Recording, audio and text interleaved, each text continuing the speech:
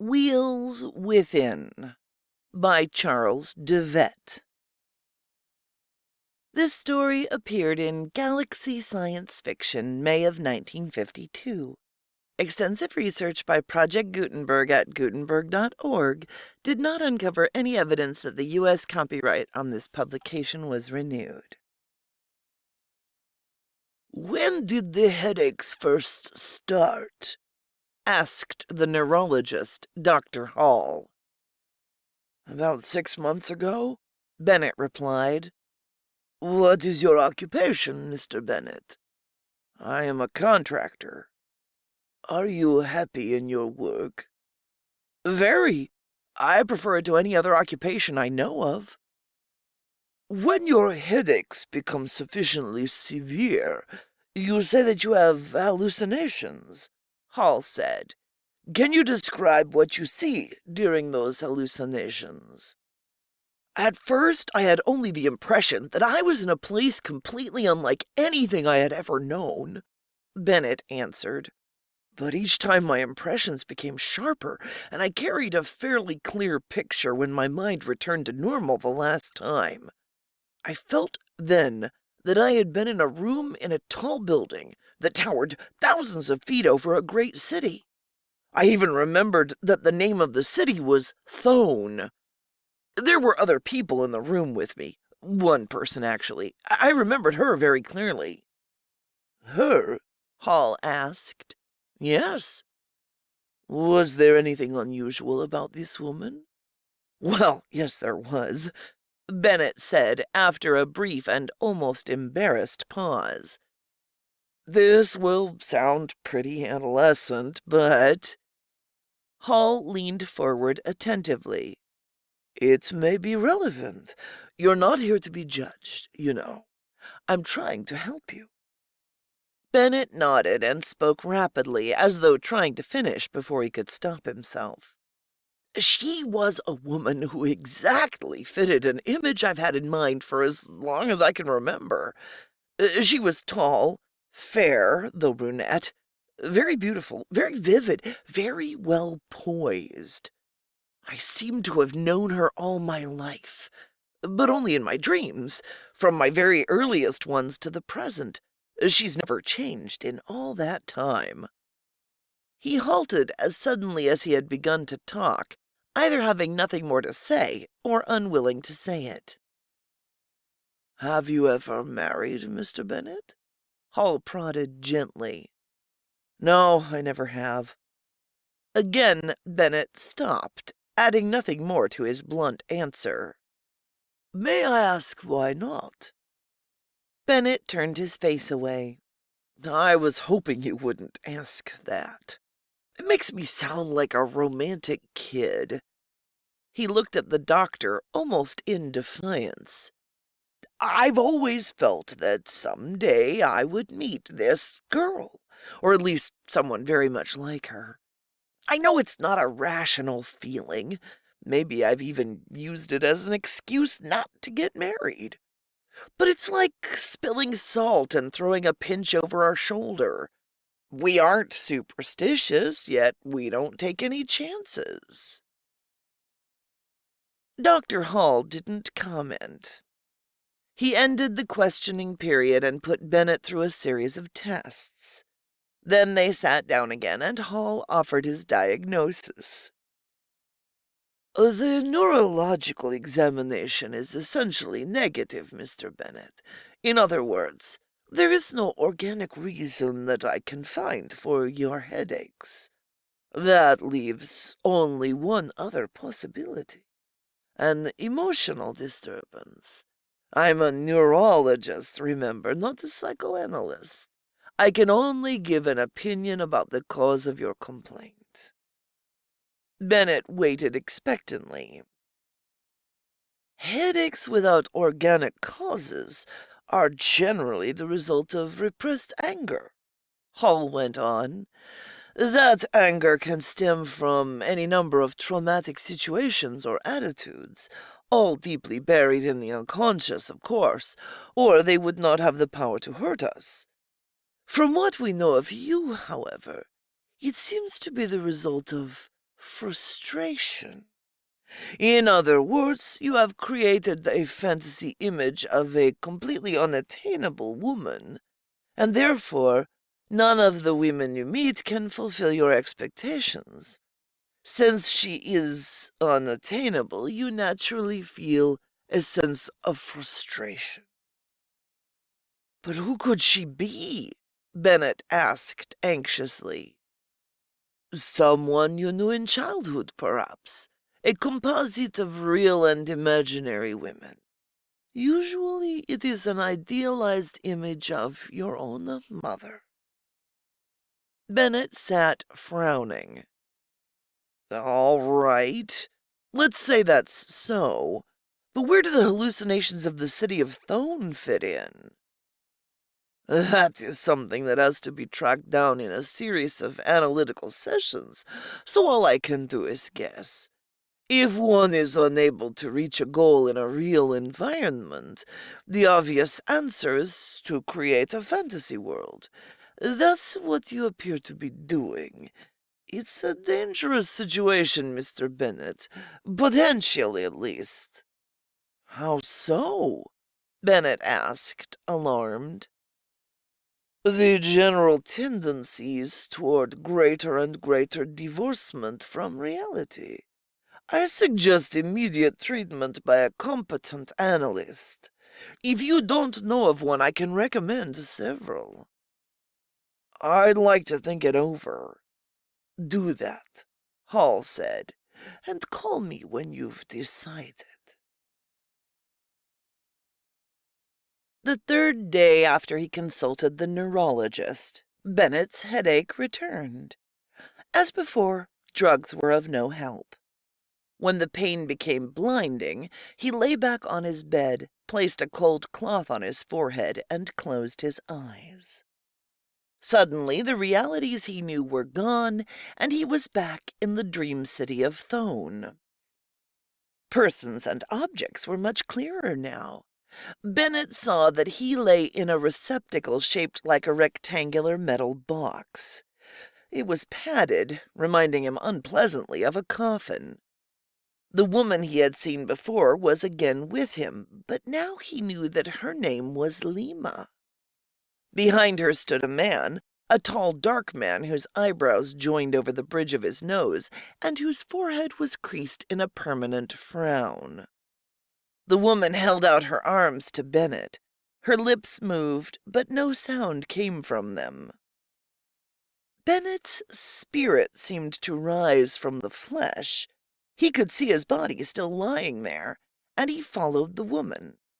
As he approached, she retreated, and, try as he would to reach her, she remained just beyond his grasp. After what seemed hours of futile pursuit, a cloud formed between him and the woman. When it dissipated, he had left the world of Thone. He was in a trolleybus, in his own world, and vaguely he recalled having left his room, gone down to the street, and boarded the trolley, during the time he had followed Lima in his hallucination. It seemed that he had a definite destination then, but now he could not recall what it had been. His attention was drawn to the outside by the flickering of lights that flashed in through the bus windows. Bennett looked out and saw that he was in the pleasure section of the city, traveling through the street of carnivals. He watched the fronts of the amusement buildings pass before him, and he read their advertisements listlessly. Suddenly, one sign seemed to spring out from all the others. Lima, Mystic of the Mind. He left the trolley at the next corner and made his way through the crowd to the brightly lit carnival building. Inside, he found a chair and seated himself. The show's act appeared about half over. It was pretty evidently charlatan stuff, Bennett decided, but the black hooded mystic on the stage held his attention. She was a tall woman with a slender figure and fair flesh. She was poised, or perhaps it was indifference to the crowd. A runner went through the audience touching articles of clothing or ornaments, and the woman without hesitation named each one he touched. The act was slightly different from most Bennett had seen, in that the runner said nothing, merely touching the articles to be named. The next portion of the show consisted of a mind-reading act. Bennett expected the usual routine of writing a question on paper, which would be sealed in an envelope and placed in a container on the stage. He was surprised when the runner returned to the crowd and asked for volunteers for thought reading. A short man with a bright yellow necktie raised his hand. The runner made his way through the crowd to the man and touched him on the shoulder before turning back to the mystic. He still said nothing. "This man is thinking that he should have stayed at home tonight," the mystic said. "There are wrestling matches on the Teletone, and he would have enjoyed them more than this show. Besides, he would have spent less money that way than he has tonight, and he does not like to spend money unless he must." A titter of amusement went through the crowd as the man blushed a dull crimson. The runner touched a second man. "This man wishes to know the winner in the 8th race at the horse tracks tomorrow," she said. "I am sorry, but because of Public Law 1032, Section 5A, I am prohibited from answering a question of that nature." The third person contacted was a woman. She raised her hand, then half changed her mind when she saw that the runner was turning toward her. But then she defiantly tossed her brown hair back from her face and allowed him to touch her shoulder. This woman is wondering if her lover is true to her, and if her husband will find out about them. This time the crowd laughed when the embarrassed woman turned pale and rushed up the aisle toward the exit. No further hands were raised, and the show ended with a short address by the runner.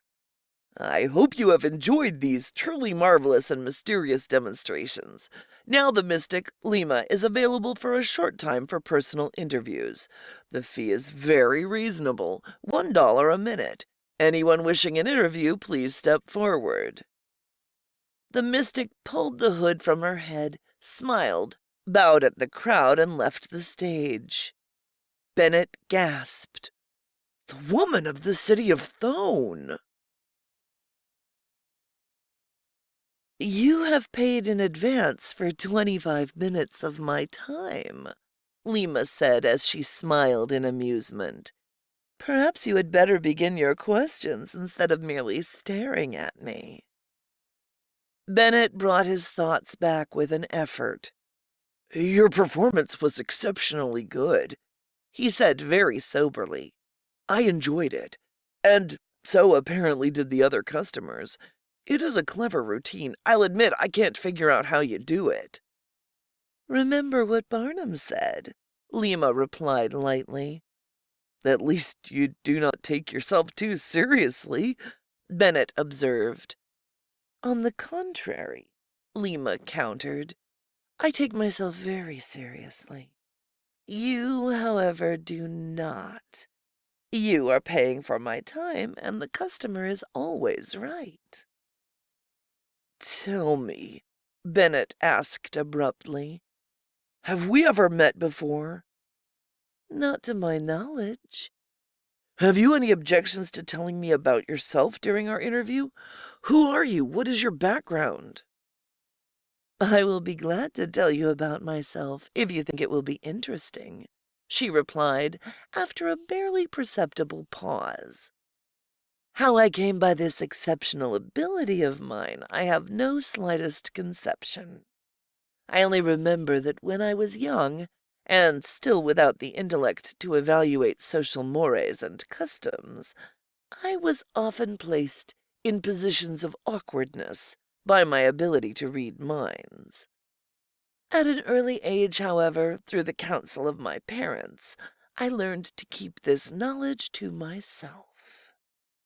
By the time I reached my 20th birthday, my parents were both dead, and I was alone in the world. I had never learned any occupation.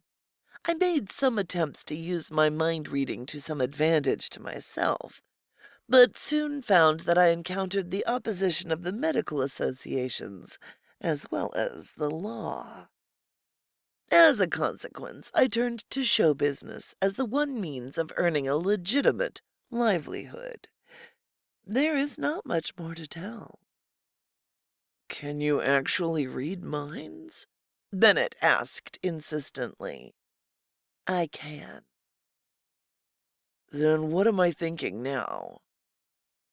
You are thinking, Lima said, with no semblance of a trance or any of the other usual antics of professional mystics, that I look exactly like a woman you have never seen, but whose image you have carried in your mind since your childhood. For just a moment, the startling accuracy disconcerted Bennett. I have a problem which is quite annoying. He pushed on almost frantically. Can you tell me what my problem is? You have been subject to extremely severe headaches, which you have been unable to remedy, either by sedatives or with the help of a neurologist. Am I correct? More than you could possibly know.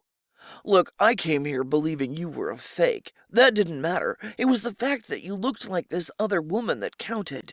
I'm convinced now. I want your help. Can you help me, or at least tell me whether the neurologist is right about the cause of my headaches? He is wrong, Lima said. I can tell you what causes them, but I'm afraid that I will have to ask for another $100 for that extra service. Bennett was momentarily irritated at this evidence that their relationship, at least as far as she was concerned, was strictly business. But he shrugged off the feeling. He drew 5 $20 bills from his pocketbook and placed them on the table before her. If you remember, Lima said, folding the money carefully and tucking it into the neck of her dress, 5 months ago, a building which you had contracted to build fell when it was nearly completed, and 2 workmen were killed. I remember very well. You found that the collapse of the building was caused by faulty material which you had bought through a subcontractor. You are still investigating to determine where to place the blame, and are on the point of doing so. Go on, Bennett breathed softly. You are quite certain that the person responsible is John Tournay, ostensibly a reputable contractor, but actually an unscrupulous scoundrel. You have a choice of exposing him with great personal danger to yourself. Tournay is a dangerous and ruthless man. Or remaining silent and knowing that you are a coward. The difficulty of that choice is causing your headaches. You may be right, Bennett admitted without hesitation. I haven't had time to think the matter through quite that far. What would you advise me to do? That is something which cannot be advised. The answer lies within yourself. You are either a big enough man to do the right thing, which you yourself recognize, or you are a small man and will take the safer, less honorable course. The decision and the integrity lie within yourself. Bennett slumped. I see that. Then there's nothing more that you can do for me? But there is, Lima replied. I can cure your headaches if you wish, for an additional $100. That would be a cheap price. Bennett drew his wallet from his pocket. My cash is rather low. Would you accept a personal check? Certainly, Lima said. But first, let me explain about my cure. There is some mental unpleasantness involved, which you may consider worse than the ailment. I doubt that. I can't imagine anything worse than this agony. Your mind will be placed under my control and led through a dream sequence. I will follow a logical progression of events, using your actual past as background. While you are under my control, your experiences will be far from pleasant. I will allow your mind to follow its own anticipated course of events, influencing your thoughts only slightly, directing them into as unpleasant channels as possible. In fact, to make the cure certain, at least the culmination must be quite devastating. Do you agree to undergo such rigorous mental punishment? But why do I have to? Bennett asked, astonished and worried. The pattern will act in the manner of a counter-irritant. Your mind is like a spoiled child, rejecting anticipated unpleasantness. Under my influence, it is subjected to possible alternative experiences, which are so much worse than the one it originally feared, that it will gratefully accept the lesser evil. That sounds reasonable, Bennett agreed. When could we begin this treatment? Immediately, if you are willing. I see no reason for waiting. Then, if you are ready, Lima told him, lie on this couch. Keep your eyes on mine. She spoke slowly, evenly. Remember that you are doing this of your own free will, that you trust me. I am your friend and would do you no harm. Her voice droned on as Bennett looked into her eyes. They merged until they became one large placid pool of restfulness, and he found himself drawn into them. He sank peacefully, quietly, completely. When the telephone rang, Bennett knew it was the district attorney returning his call and that the die was cast. Until this ugly business was brought to a conclusion, his life would be in constant danger. Leroy Bennett speaking, he said. I have collected some information that I think will be of very great interest to your office. Information about what? The voice at the other end asked briskly.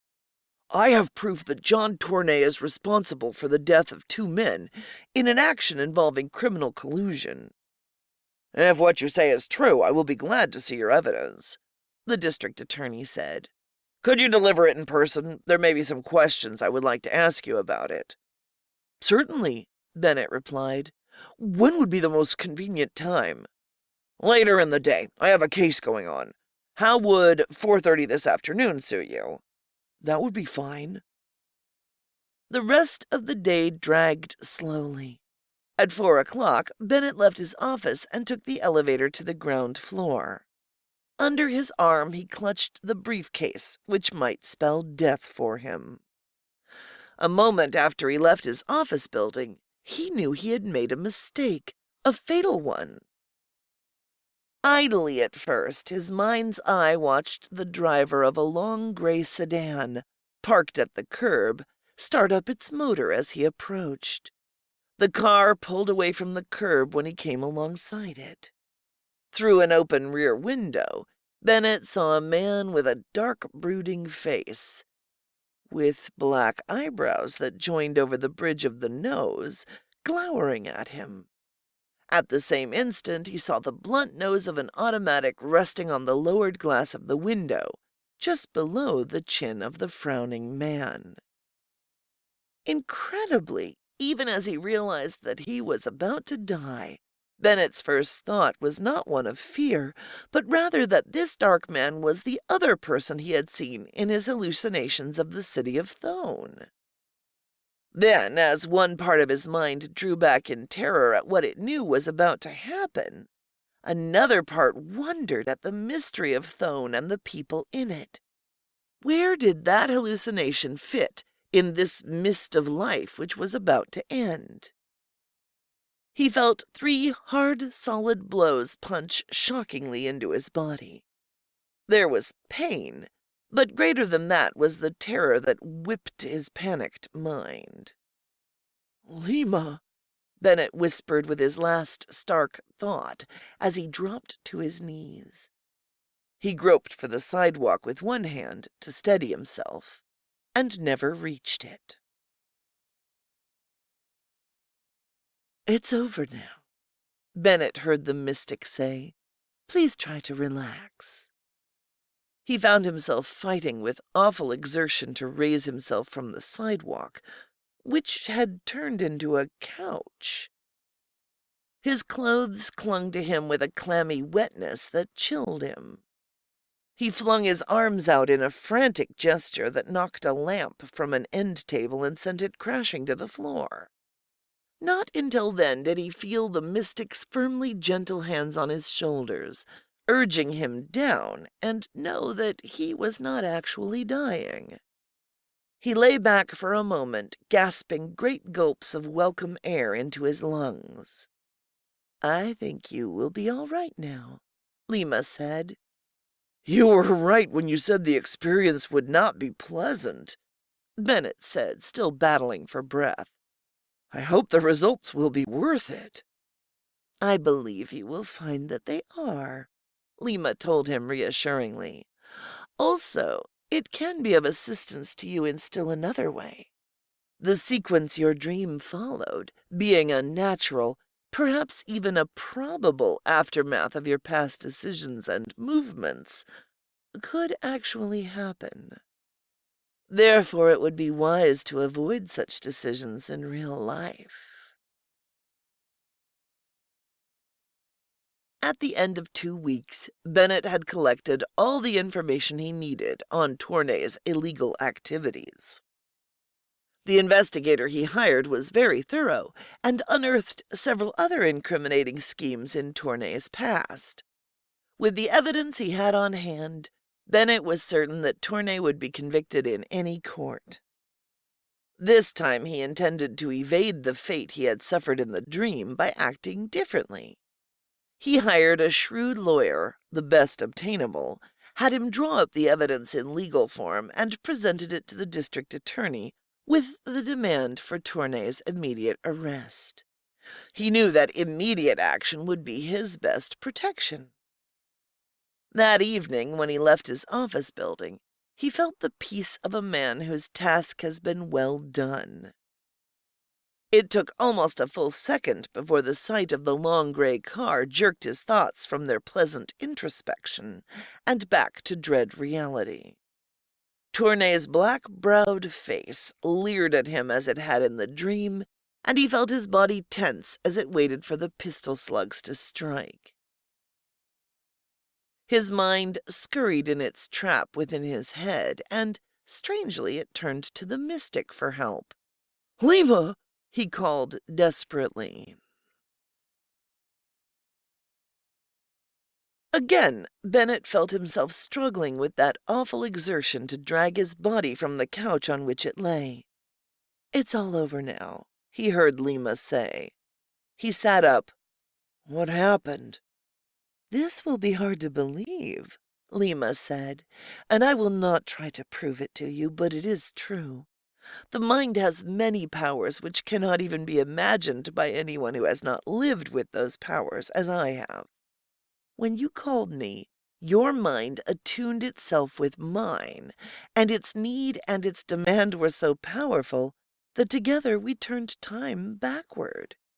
You are now back in my dressing room, and it is the exact time at which you originally came out of your dream." "That's impossible," Bennett protested. "Nevertheless, it happened. I only ask you to keep in mind one thing. Someday, when your mind has been made more facile, you will understand how I am able to do this. It will even appear logical to you. Now, however, the only thing I can tell you is, believe it." Bennett had no intention of muffing this second chance. After he had collected the information about Tournay's criminal activities, he also dug into his past for a man who had cause to hate the contractor. He found the man he sought, a man as ruthless and unscrupulous as Tournay himself, one who could fight him on his own ground. Roger Clarkson had been the controller of a string of bookie joints before he had been framed by Tournay and convicted to serve 10 years in prison. Clarkson had been released from prison 6 days before. He found that Tournay had gained control of his former criminal empire. Everyone, including Tournay, knew that the only thing preventing Clarkson from taking revenge was the opportunity. Bennett sent his information to Clarkson and sat back to await the results. That evening, as he was about to leave his office building, some inner caution warned him to take no chances. He stepped cautiously out into the street, looked both ways for the gray sedan, and saw that the street was empty before he walked to the corner. He arrived there just in time to meet the long gray sedan as it drove up. Once more he fought the awful exertion on the mystic's couch. This time he came out of the blackness with his mind clear. "You saved me again," he said to Lima. "Have you turned time backward again?" "Yes," she replied, "but I have given you all the help I can. The next attempt you make, you will have nothing on which to lean except your own strength." "But why do I always arrive at the point where I'm being shot by Tournay, regardless of what course I choose? Is there no way I can beat him?" "If you believe in fate as strongly as I do, you will accept that conclusion as inevitable. The long gray sedan is the symbol of your death. You cannot avoid it, at least not as long as you persist in passive action." "What do you mean by that?" "Just this. You wish to see Tournay punished. Your sense of justice demands it. But each time you try to have someone else administer that punishment. It appears to me that the only possibility of your breaking this fateful progression of events is for you to administer the punishment yourself. You probably realize the danger of trying that, but I can't see where you have any other choice." "In other words, you feel that the only chance I have of preventing Tournay from killing me is to kill him first?" "Yes," Lima said. "Are you strong and hard enough to do it?" Bennett thought for only a brief moment before he nodded. "I'm desperate enough at any rate." This time he did not leave immediately. He had to find out something first. He put his arms around Lima's shoulders and drew her toward him. She put her face up and he kissed her waiting lips. They were sweet, and if she did not return the ardor of his kiss, he did not notice it. "Mr. Tournay is not in," the girl at the desk told Bennett. "You might try his home." At a pay booth in the lobby, Bennett called Tournay's home. The voice that answered was that of a tired woman, one who has given up hope. "Mr. Tournay called me a short time ago and said that he would be in the office of a Mr. Leroy Bennett in the Lowry building if anyone called," the tired voice said. Bennett hung up and caught a cab. His quarry had walked into an ideal place for their meeting. For better or for worse, he would soon bring this conflict to an end. In his office, Bennett found that Tournay had been there and gone. He had left a message. "Tell Mr. Bennett that Lima sent me." So that was it. Lima had used Bennett as a dupe. He could not figure out her purpose, but he knew that he could never trust her again. She had been against him from the first. Perhaps even she, rather than Tournay, was the prime menace. He decided that he must kill them both before they had the chance to kill him. Touching the small flat pistol snuggling in its shoulder holster, he knew the pursuit must continue immediately. He rode the elevator to the ground floor, and he felt his mind working with a clarity and a precision which he had seldom experienced before. This time he knew he would win. Shrewdly, before leaving the building, Bennett looked out through the glass pane in the door first. He waited only a moment before he saw the long gray sedan, as he had expected. They would not trap him again.